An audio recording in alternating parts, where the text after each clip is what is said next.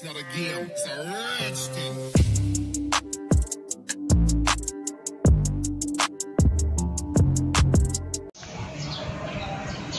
Assalamualaikum warahmatullahi wabarakatuh. Selamat datang di channel Sahabat Literasi Milenial. Pada kesempatan kali ini, Miss akan membahas tentang memahami teks cerita sejarah.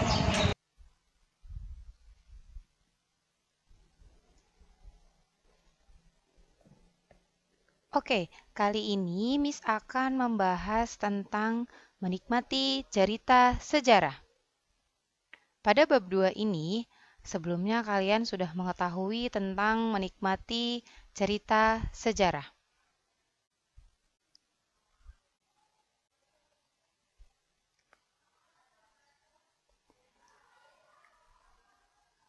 Oke, Miss akan menyampaikan peta konsep yang harus kalian mengetahui. Ya, yang pertama, pemahaman teks cerita sejarah. Yang kedua, informasi unsur pembangun teks cerita sejarah.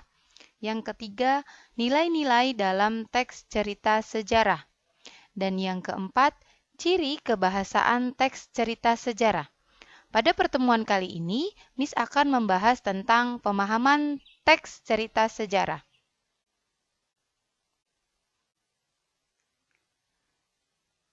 Ada 5 yang harus Ananda ketahui.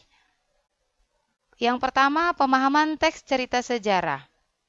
Teks cerita sejarah, kali ini kita akan membahas tentang pengertian, ciri-ciri, jenis teks cerita sejarah, struktur teks cerita sejarah, serta fungsi teks cerita sejarah. Oke, kita akan bahas tentang pengertian cerita sejarah. Teks cerita sejarah yaitu naskah cerita yang di dalamnya menjelaskan dan menceritakan tentang fakta kejadian masa lalu yang menjadi asal-muasal atau latar belakangnya terjadinya sesuatu yang memiliki nilai kesejarahan, bisa bersifat naratif atau deskriptif, dan disajikan dengan daya khayal pengetahuan yang luas dari pengarang. Oke, selanjutnya ada ciri-ciri teks cerita sejarah. Ada 4 yang harus kalian ketahui ciri-ciri dari teks cerita sejarah. Yang pertama, yaitu menampilkan latar masa lalu. Yang kedua, disajikan secara kronologis, berurutan. Ya. Yang ketiga, sering menggunakan konjungsi temporal yang berhubungan dengan waktu atau peristiwa. Ciri yang keempat yaitu isi berupa fakta atau fiksi. Selanjutnya, kita akan membahas tentang jenis teks cerita sejarah. Ada 2 jenis teks cerita sejarah. Yang pertama, teks cerita sejarah berdasarkan fakta sejarah, dan yang kedua, teks cerita sejarah fiksi. Kalau jenis teks sejarah yang pertama, jenis teks cerita sejarah berdasarkan fakta sejarah, yaitu berupa tentang suatu contoh Borobudur, Candi Prambanan yang memang ada fakta kesejarahannya. Nah, yang kedua, teks cerita sejarah fiksi seperti novel. Ya, selanjutnya struktur teks cerita sejarah. Ada 6 struktur teks cerita sejarah, sama struktur-struktur dengan cerita cerpen, novel, itu ada 6. Yang pertama yaitu struktur teks cerita sejarah, strukturnya abstrak. Abstrak di sini adalah pada bagian ini pengarang memperkenalkan latar cerita baik waktu, tempat maupun peristiwa. Yang kedua, orientasi. Orientasi di sini adalah dapat disajikan dengan mengenalkan para tokoh, menata adegan dan hubungan antar tokoh.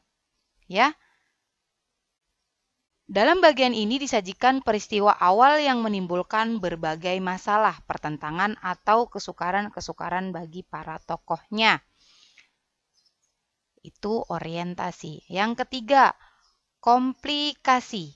Komplikasi di sini yaitu menuju konflik. Ya, terjadi peningkatan perhatian, kegembiraan, kehebohan, ataupun keterlibatan berbagai situasi yang menyebabkan bertambahnya kesukaran tokoh. Ya. Struktur yang keempat yaitu klimaks. Klimaks dalam struktur teks sejarah yaitu puncak konflik. Bagian ini disebut juga klimaks. Inilah bagian cerita yang paling besar dan mendebarkan. Pada bagian ini pula ditentukan perubahan nasib beberapa tokohnya. Misalnya, apakah dia kemudian berhasil menyelesaikan masalahnya atau gagal? Ya. Nah, struktur teks cerita sejarah selanjutnya yaitu resolusi atau penyelesaian. Ya. Resolusi pada bagian ini berisi penjelasan atau penilaian tentang sikap ataupun nasib-nasib yang dialami tokohnya setelah mengalami peristiwa puncak itu. Pada bagian ini, sering pula dinyatakan wujud akhir dari kondisi ataupun nasib akhir yang dialami tokoh utama. Dan struktur teks cerita yang keenam yaitu koda. Struktur teks cerita sejarah yang keenam yaitu koda. Pada bagian ini berupa komentar terhadap keseluruhan isi cerita yang fungsinya sebagai penutup. Komentar yang dimaksud bisa disampaikan langsung oleh pengarang atau dengan mewakilinya pada seorang tokoh. Hanya saja tidak setiap novel memiliki koda, bahkan novel-novel modern lebih banyak menyerahkan kesimpulan akhir ceritanya. Ya, biasanya bersifat amanah yang disampaikan oleh para pengarang. Oke, inilah struktur teks cerita sejarah. Ada abstrak, orientasi, komplikasi, klimaks, resolusi, dan koda. Ya, tadi disebutkan ada dua jenis. Satu, teks cerita sejarah berdasarkan fakta sejarah, dan jenisnya teks sejarah berdasarkan atau novel bersifat fiksi. Oke, selanjutnya di sini ada fungsi teks cerita sejarah.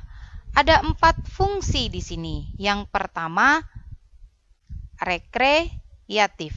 Rekreatif di sini yaitu bersifat menghibur, ya. Yang kedua, inspiratif. Inspiratif di sini adalah cerita berbentuk narasi yang bertujuan memberi inspirasi kepada banyak orang, ya, merangsang perasaan dan memberikan kesan yang mendalam. Fungsi yang ketiga, edukatif. Di sini memberikan pelajaran dan amanat yang disampaikan. Fungsi teks cerita sejarah yang keempat adalah instruktif. Instruktif di sini memberitahukan atau menggambarkan, menjelaskan sesuatu atau informasi, menginformasikan kepada pembacanya. Oke, tadi sudah membahas tentang pengertian, ciri-ciri, jenis, struktur, dan yang kelima itu adalah fungsi. Oke, terima kasih. Tetap semangat dan jaga kesehatan. Sekian pembelajaran kali ini, kurang lebihnya mohon maaf. Semoga ilmunya bermanfaat buat kalian. Tetap semangat dan jaga kesehatan. Sampai jumpa di pertemuan selanjutnya. Salam literasi. Wabillahi taufiq wal hidayah. Wassalamualaikum warahmatullahi wabarakatuh.